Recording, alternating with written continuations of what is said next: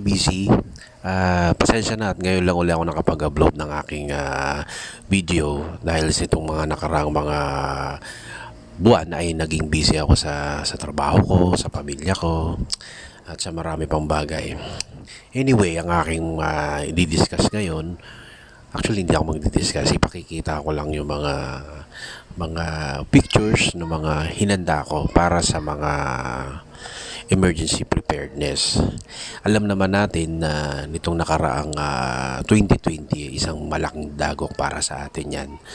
Unang-una, ang mga Pilipino ay hindi sanay sa ganun sa pandemic. Mas sanay tayo na dumarating yung bagyo, konting lindol, konting kaguluhan, o kaya yung mga giyera-giyera na yan, alam natin yan harapin.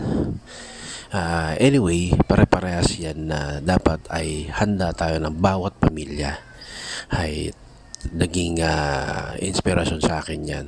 Itong unang-una, yung mga napapanood ko sa YouTube ay talagang napakalaki pala ng factor para maging handa ka dapat sa isang mga darating na sakuna o pangangailangan. At kung hindi, ay malamang ay makikita mo yung sarili mo, yung pamilya mo sa buhay na hindi ka dapat magiging hindi ka dapat ligtas o hindi ka dapat nandun ka sa kaligitnaan na nakatunganga ka dahil sabi nga nila, when the disaster strikes, the time for preparation has passed. Sabi nga doon sa isang kwento, ang paghahanda ng langgam ay ginawang katatawanan ng isang tipaklong. Pero nang dumating yung bagyo, yung tipaklong nandun sa labas at namatay na lang sa lamig at sa gutom. Samantalang yung langgam ay hayahay siya dun sa kanyang bahay at marami siyang ipon na pagkain. Maging handa tayo sa darating na pag-ulan. Without much further ado, ang may makapapakita ko sa inyo mga larawan na talagang sineryoso ko.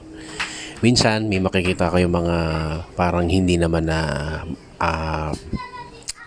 match or hindi naman na sakto dun sa aking mga hinanda. Pero sa aking paniniwala ay o sa tingin ko ay makikinabang ang pamilya ko nito. At disclaimer lang po. Okay.